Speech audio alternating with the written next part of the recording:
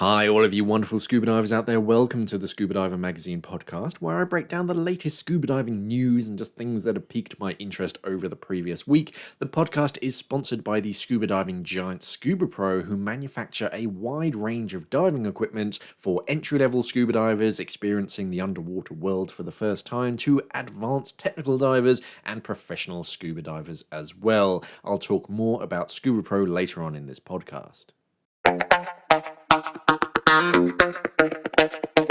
This week, an update on the Oceanic Apple software that unlocks freediving and a few other clever features.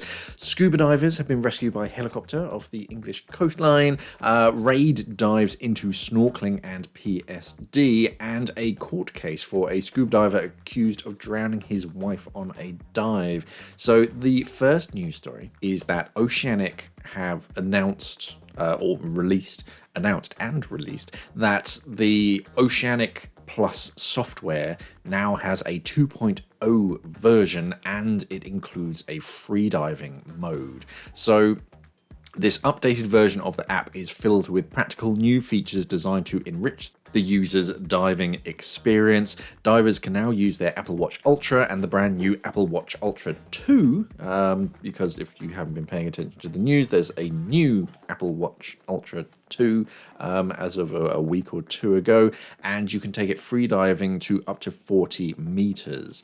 The new freedive mode is packed with advanced features specific to training and freediving, with custom alarms for target depth, maximum dive time, sequential depth, surface time, and max session time. For each alarm, the diver will receive both hepatic, so that's vibrations, and visual notifications. Additional features include surface heart rate tracking, heart rate training zones, surface data, and more. Freedive mode includes a feature called Stealth Mode, which will automatically dim the screen whilst underwater. Stealth Mode disables all hepatics and alarms and reduces the display brightness by 90% whilst diving to conserve battery power, but also they say this feature ensures freedivers won't startle the fish during their dive. It's not the matter of you freediving past them, it's the shiny little computer on your wrist. When back on the surface, the display automatically goes back to normal brightness, keeping all surface alarms intact to help fine-tune training. With a simple click of the logbook, a detailed view of each individual dive made is shown. This includes the total session time, the maximum dive time, maximum depth achieved, total numbers of dive, and the coldest water temperature. Also seen is each dive on a map with a start and ending point, because the GPS starts and of course doesn't work underwater, so they show a start and end point. And while the Apple Watch Ultra is great for real-time critical data, Oceanic Plus on the iPhone offers a closer view of the free dives in much more detail. All of the dives are automatically saved in the logbook, showing individual session statistics with detailed dive information and an overall summary. This includes ascent and descent times, heart rate data from each session to provide a recovery assessment, relaxation improvement, and enhancing carbon dioxide recovery resistance. In addition to freediving mode on the Apple Watch Ultra, Oceanic Plus has received many new enhancements for an enriched diving experience. The new activity map on Oceanic Plus allows divers to visualize their dives on a global map, I presume that means map, showing hotspots with color-coded indicators for different modes such as scuba or freedive. Divers can also enter beginning and end tank pressure and tank type in their Oceanic Plus logbook, as well as easily export all dives to their preferred logbooks. The CEO of Hewish Outdoors, who creates Oceanic and Hollis and all sorts of other stuff, Mike Hewish, says Oceanic Plus continues to expand its capabilities. Now with freedive mode on Apple Watch Ultra and the many additional improvements to the app, including advanced photo and video color correction, Oceanic Plus improves the way we will share our underwater adventures. But most of the updates to the app are really aimed at their new underwater iPhone case, which has a lot of photo taking, editing, and uploading features inside of it. The free version includes automatic color correction for both photos and videos, and there's a premium version, because of course there's a premium version, allows access to advanced editing to adjust blue or green color dominance in images and videos, utilize keyframes to make color corrections throughout the entire video, and the ability to apply color correction to imported media, even if taken with other devices. The Oceanic Plus app is subscription-based and includes a free version and a paid subscription for more advanced photo and dive computer features, as well as freediving. But yeah, this has been kind of like a no-brainer since the original Apple Watch Ultra was released. It had like the scuba features, but it's like, well, why don't you just put in apnea features as well? It can't be that hard just to like disable the algorithm and just have like a free diving mode, even if it is just a glorified gauge bottom timer. But yeah, now that exists.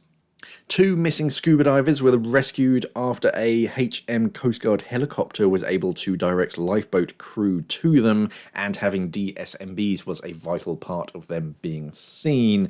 The Coast Guard helicopter from Lydd was sent to conduct a search shortly before 3:15 p.m. on September 11th, following a report from a dive boat approximately 4 nautical miles northeast of the port of Dover. The vessel reported 2 divers overdue by 15 minutes, with the vessel also experiencing engine trouble and unable to search. Dover and Walmer RNLI lifeboats were also launched alongside Langdon Coast Guard Rescue Team and Southeast Coast Ambulance Service. Following searches, the helicopter found the divers bobbing in the water with high visibility DSMBs and was able to direct Walmer lifeboat to the 2 of them near the southwest Goodwin buoy. The helicopter then stayed on scene as the lifeboat worked to bring the 2 out of the water. The lifeboat returned to shore, where they were met by Langton Coast Guards to conduct welfare checks. Meanwhile, Dover lifeboat was sent to tow the dive vessel back to shore. HM's Coast Guard's network commander said the dive vessel initially triggered a pan-pan alert, but almost immediately upgraded it to a mayday when they realized they would be unable to search for their crew. It was the right thing to do, as we were immediately able to send resources to search for them. The Lydd helicopter spotted them in the water, helped by the high-vis DSMBs they had, and was able to direct the lifeboat to them and get them out of the water as soon as possible. They did everything right in having the appropriate equipment with the means of calling for help, recognizing when it was time to call for help, and then having the right kit to be easily seen in the water. Things can go wrong at sea, so it is vital that you are prepared. And yeah, you can see from the helicopter still that they uploaded, it's pretty obvious that they got these big DSMBs. I think I can count 3 of them, which makes sense. If you've got more than one, put them both up. If you're lost at sea, you can see one of them has it's a very grainy photo. It's probably zoomed in quite a fair way, but you can tell straight off that one of them is wearing a waterproof, was it a H1 high-vis hood, because it's bright orange and you can see the reflective details on it. So yeah, whenever you're diving, wherever you're diving, bring the biggest DSMB you have, and it should help you get seen that much easier. It really is an essential piece of equipment nowadays to have at least one. And the little travel ones, they might be okay in like calm waters, but if you have the pocket space for it, then as big as possible.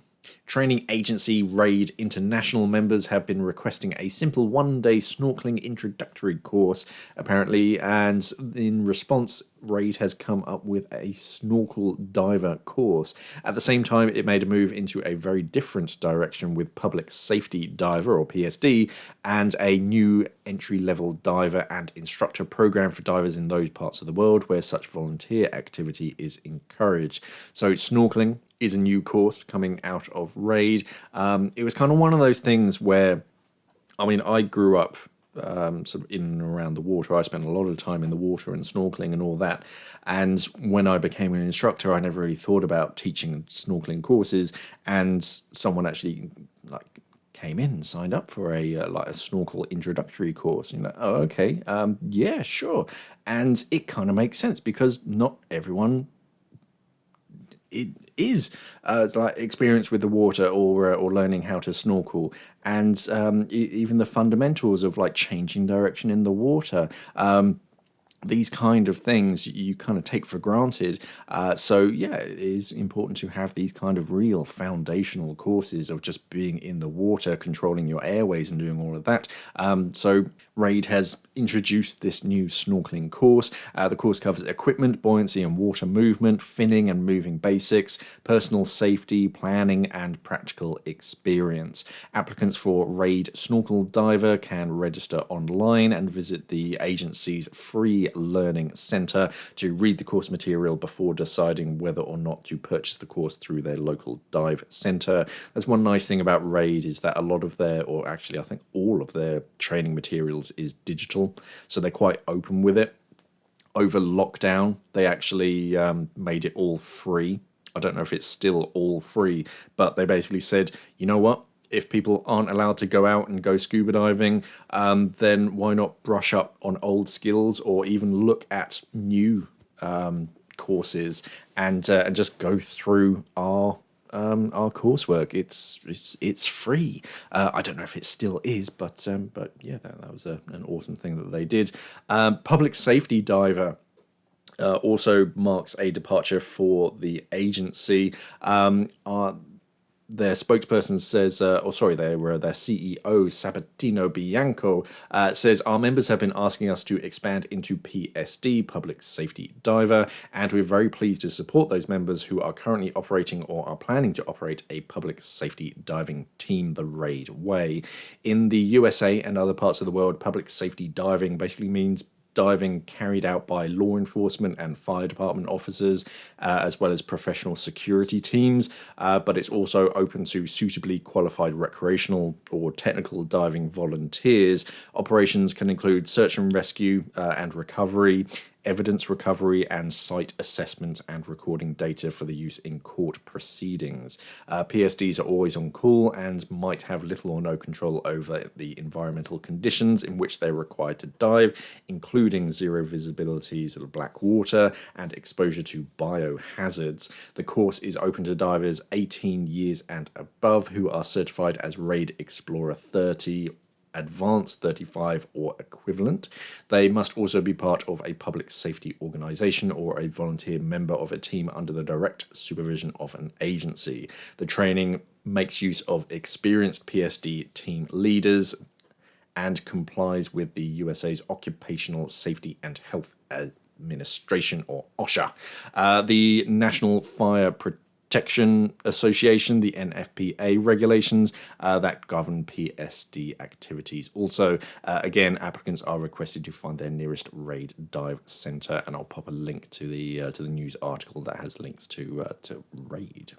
A man accused of murdering his wife during their scuba cruise honeymoon broke down in court when shown a harrowing picture of his wife on the seabed. Gabe Watson was accused of being involved in the death of his wife, Tina, who is 26, when she sank down to the seabed during a scuba dive in Australia in 2003, 11 days after their marriage. The case was thrown out by a judge in 2012 who said there was a lack of evidence to convict Watson of murder, but many still feel the circumstances behind his wife's death as dubious. The couple plan to dive down the anchor line of their ship, drift across the top of a wreckage, and then go up another anchor line to return to the surface. But according to Watson, a strong current caused them to drift off course. He said, as soon as we let go, we were moving quite a bit. It was definitely not what I was expecting, and neither was Tina. When they were unable to swim back against the current, Watson claims he motioned to his wife to fill up her BCD, so they started floating upwards, but it didn't work. He said, nothing happened from the inflator hose. That's when I realized, this isn't good. We're in trouble. So I reached out and grabbed a hold of the BCD strap right here, and I just pulled her in. And then I turned and started heading back to the anchor rope. He says he felt a whack across his face from Tina and his mask was displaced. Gabe let Tina go in order to replace his mask properly, but when he looked back, she was 10 feet down and still sinking. She was face up, she had her arms up, she was reaching out for me to grab a hold of her. He said, I just kind of turned on my head and gave a few kicks down to see if I could grab her. He added that, and she was still out of arm's reach, and that I just decided I got to go find somebody. He left and swam to the surface. I don't think I was making rational choices at that point, said Watson. I don't know what I would have done had I stayed with her. I don't know that there's anything that I was actually capable of doing. After reaching the surface, he yelled for help before a dive master went down to find Tina and bring her up. Before crew members and fellow passengers made futile attempts for 40 minutes to resuscitate her, a harrowing image shows Tina's body lying on the floor of the seabed, seemingly dead, when the dive master went down to find her body. It is said that Watson broke down in court when shown this picture. He says of the moment he was told by fellow passenger John Downey that his wife was dead, I just collapsed onto him. We just all kind of piled into each other and at some point fell to the floor. And I don't know how long that went on. I mean, I was devastated. After being interviewed by Australian police, Watson became a suspect in the death of his wife. Some passengers said that Watson's story didn't add up, but diving medical expert Dr. Carl Edmonds said that it all fits together. It's a very common drowning accident. Either way, it's just an awful story because either he did it because they were alone, they're underwater, and yeah, it's unseen, so anything could have happened. But also on the flip side of it, if that was your newly married other half, your partner, your wife, and then you've just lost your wife, and now you're being accused of murdering her. It's just an awful situation, and one of those things that kind of only he will ever know what actually happened. And it kind of reinforces the need for courses such as rescue, just to know what you should do in that kind of situation. Experience as well. Spend as much time so you can be nice, cool, and relatively level-headed should anything like that happen. And drift as well.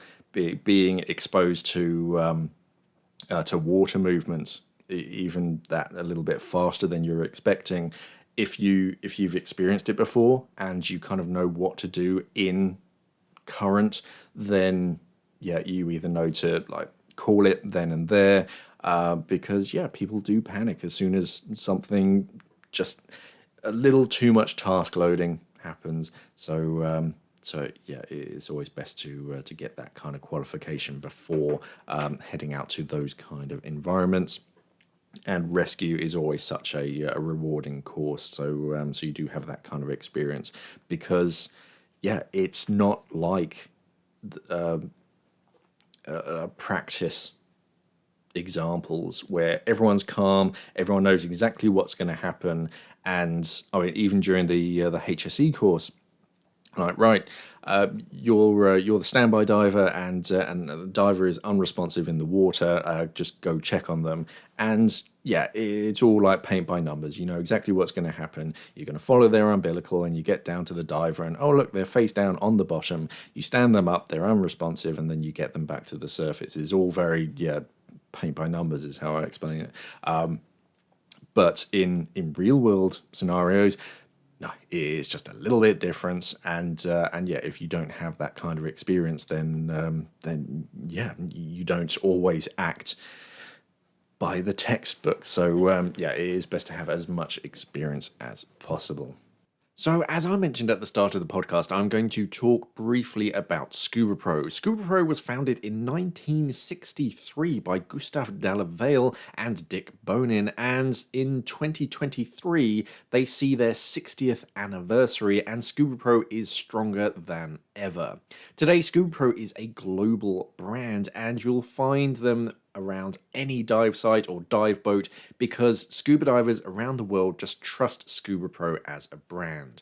I personally have never had a problem recommending any Scuba Pro dive equipment to anyone asking. I used it whilst I was scuba diving and teaching, and so did all of my students as well. They were using Scuba Pro equipment, and No matter where you are in the world, it won't be hard to find a service center because they're located all over the world. The divers are Scuba Pro's inspiration. Every product, every enhancement, every decision, everything that they do is designed to make your diving experience the best that it can be. Because without this blue planet of divers eager to explore, their innovations mean nothing. And Scuba Pro want to thank you for being part of their journey and for being their inspiration for the future. They are so excited to share their latest innovations with you. The best is yet to come. A few big things this year have been the Ulex range of wetsuits that use a plant-based foam instead of neoprene, which is better for the planet, and the S-Tech fins, which are a more technical focused fin, a bit of a hybrid between the Seawing Nova and the Jet fin. One really cool feature is that you can actually adjust their buoyancy by adding or removing little metal plates in the fin before the dive. But for more information, head over to scubapro.com. As far as new diving equipment, Scuba Pro have a new range of bags. So luggage, they got the Definition Mask 2 bag, which looks a bit like a kind of thigh pocket type dealy. Sport Mesh 65, so that's a mesh like backpack roll top, but it's mainly mesh, so it drip dries and air dries. Sport bag, which just looks like a fin bag with backpack straps, and it's all in Scuba Pro's new like petrol blue color. I call it petrol blue. It's that kind of darker, almost turquoisey blue. It is quite nice, and it suits the Scuba Pro branding. A roller big travel bag, Sport Bag 105, Sport Mesh Roll 100, so that's a mesh duffel bag, the Sport Mesh 95, which is just a duffel bag. It says mesh, but it doesn't look particularly meshy. I presume there's a mesh panel somewhere. Sport Bag 9, which just looks like a regulator bag, to be honest. Definition Weight 7 bag, so that'll be a heavy duty bag to store your weights in, so you can carry them around and keep them contained. Someone actually asked quite an interesting question about diving lead, because they're like, lead's poisonous and we like handle it a lot. Is that dangerous? It's like, well, sort of. But it's very much, as long as you don't like lick your hands as soon as you handle bare lead, then you should be okay. Coated lead is obviously the best. Lead shot is one of the worst because you've got lots of little lead balls and they're all like rubbing against one another, and that lead then does leach through the material. So you want some really like tightly woven, sealed bags for your lead shot. But if it is just bare lead, just wash your hands before you eat something, and to store it away, it's best to keep it in some kind of container so the lead doesn't like leach out. They've also got Definition Pack 24 bag, which is a roll top dry bag. Go Sport Gorilla fins, so they've got the Gorilla version in black and orange. Gorilla for Scuba Pro just means it's a bit stiffer, so you get a bit more performance, but you need the legs for it. And the Go Sport fins is it's a shorter like travel fin, so it's a bit easier to like travel with, but you still get the performance of a stronger fin. The Lunas that I talked about last week, the new Galileo G3, Bella, the Glides, new BCDs that I spoke about last week, and a few just little straps and stuff. Otherwise, pretty quiet as far as new equipment. I don't think I saw anything on social media, nothing particularly new or exciting announced. No, I don't think I remember anything. So let's have a look at some shorter Ask Mark questions. Whale shark, Cool tagline. Says, hey Mark, I wanted your advice on scuba progression for a beginner plus diver. I have my advanced open water and nitrox certs. Feel pretty comfortable with my buoyancy, slowly expanding in locations I've dived in. Most advice I've seen for 25 to 100 dives is, quote, just dive more, which isn't that helpful. What do you think divers wanting to progress from from advanced open water should focus on? I know rescue is the next obvious cert step, but I care more about developing in-water skills. Yeah, it literally is just dive more, but it's look for different like diving situations. So if you've never been diving off like a liverboard or a rib or whatever, then yeah, just go on that, but don't do it all at once. Try to do it as like slow as possible, so you're only really changing or experiencing one new thing at a time. We call it task loading, and if you have, say, a whole new set of equipment, you're diving in a new water source that you've never been in, you're suddenly diving in cold water and you've got all this thick, heavy like gloves and whatnot on that you've never experienced before.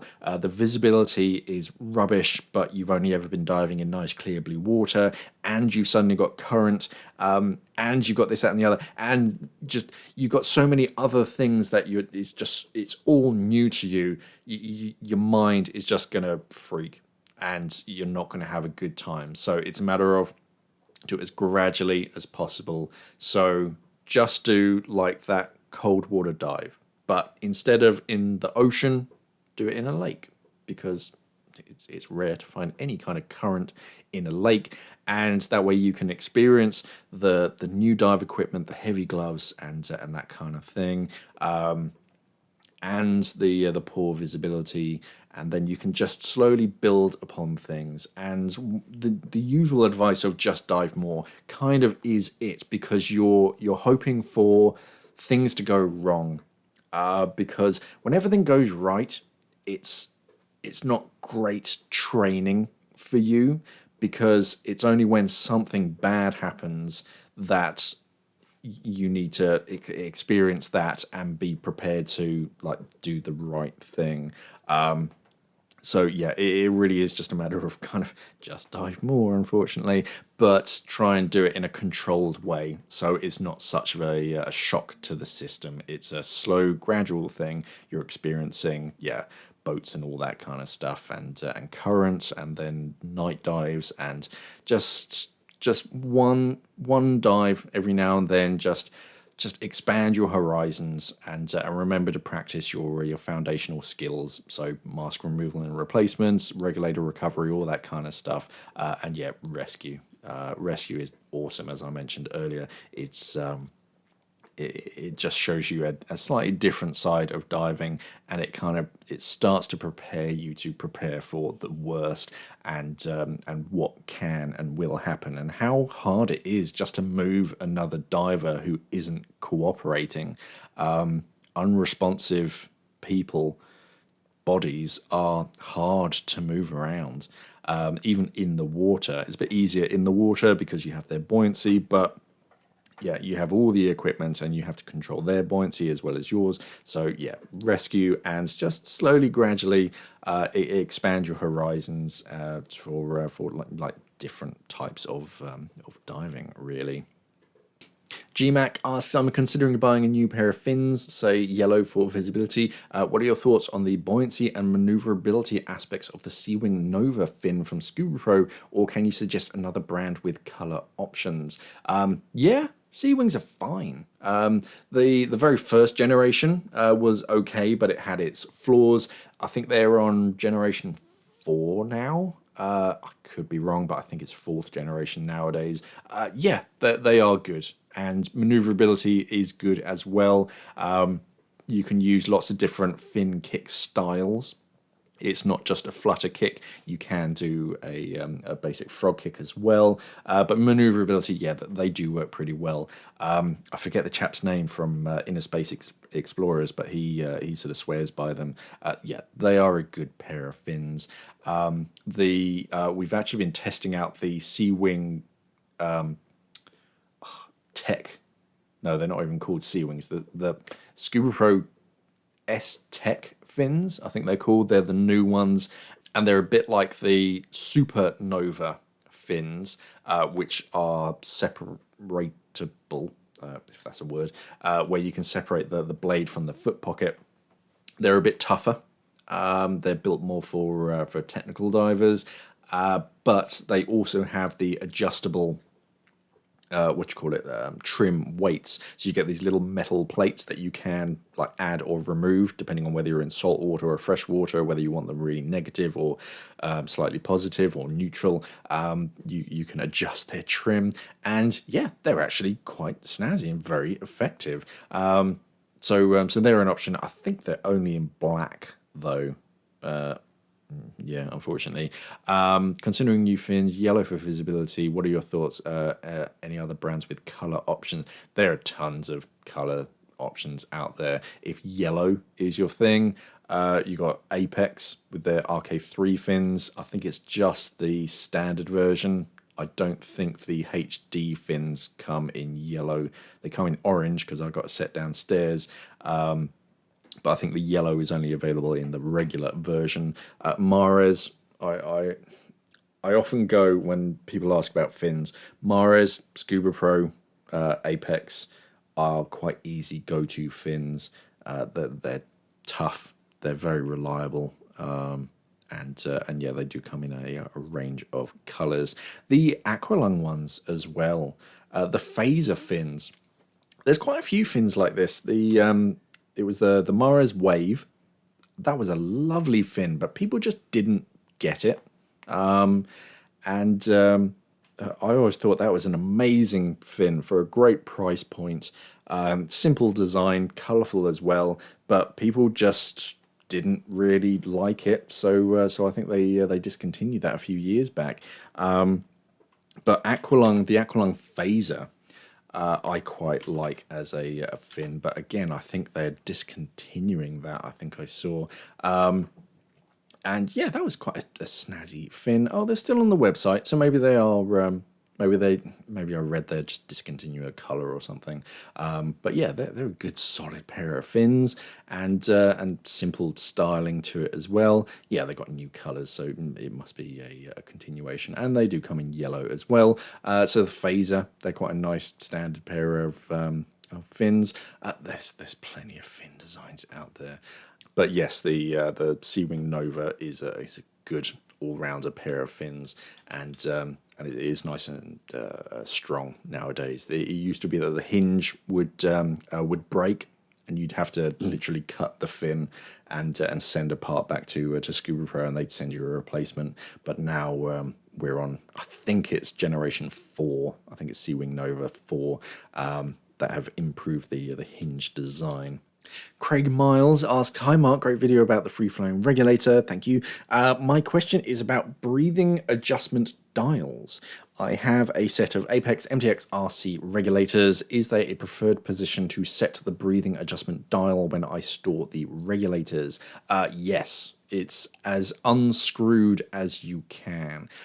So the dial of breath on the side, all it basically does is apply a little bit more or a little bit less tension on a spring on the inside of your second stage, which pushes the sealing surface into the seat, and it just makes it a little bit harder to actually, you got to inhale a bit harder to open up that valve. So when it's screwed in all the way, as if you're screwing in a screw, that's putting more tension on that spring, so it's sealing that much harder.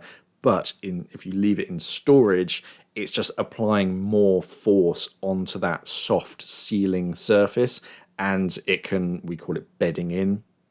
When you disassemble it all, you can see this really defined ring almost cut into that sealing surface, and the more that happens, the more likely some of that pressure from your hose is going to slip past, and your second stage is going to just bubble. So in storage, unscrew it as much as possible, and that will relieve as much of the pressure as or as much of the force off of that sealing surface. A lot of regulators nowadays, some Scuba Pro have a storage mode. I imagine they call it something fancy, but all it is you push the purge button in and then you rotate it about 30 degrees and it like locks it into a like pushed in position, because when you press that purge button you're pushing on the lever and that retracts that sealing surface, so it's not actually touching. A lot of atomic aquatic regulators have an automatic version of that. As soon as the regulator is depressurized, it retracts that sealing surface. If you know what you're doing, you can fiddle with the second stage and unscrew the sealing surface, so there's no tension on that spring. But for an average diver who doesn't know what they're doing, or isn't a qualified technician, it's best to try and avoid it so you don't damage your regulator. But yeah, just unscrew it as much as possible. And you can, I've done it before where I basically rigged something up that held the purge button down. It's going to allow moisture like into the hose, so keep it protected and of course never submerge it. But yeah, if you can rig something up that holds the purge button down, then you just eliminate that problem. But in general, just unscrewed as much as possible, so it's the lightest to open up that valve, and that's the best like storage mode for regulators. Otherwise, that's about it for this podcast. Yeah, pretty quiet as far as new dive equipment. We're in that like mid-season, like getting ready for next year, basically. So we got DEMA in November, and people are going to announce new things then, or like just before. So hopefully we'll see some new stuff in the upcoming months. But yeah, as of recent, it's been kind of quiet as far as new dive equipment. Otherwise, remember to hit up today's sponsor, Scuba Pro. If you just go to scubapro.com. I'm sure most of you are aware of Scuba Pro. They make a lot of awesome dive equipment, including those Seawing Nova fins. And head over to our website, scubadivermag.com, and subscribe to the channel here if you're not subscribed already. Or if you're listening to this on one of the podcast servers, like, subscribe, whatever it is on that platform. Thank you for listening, everybody, and of course, safe diving.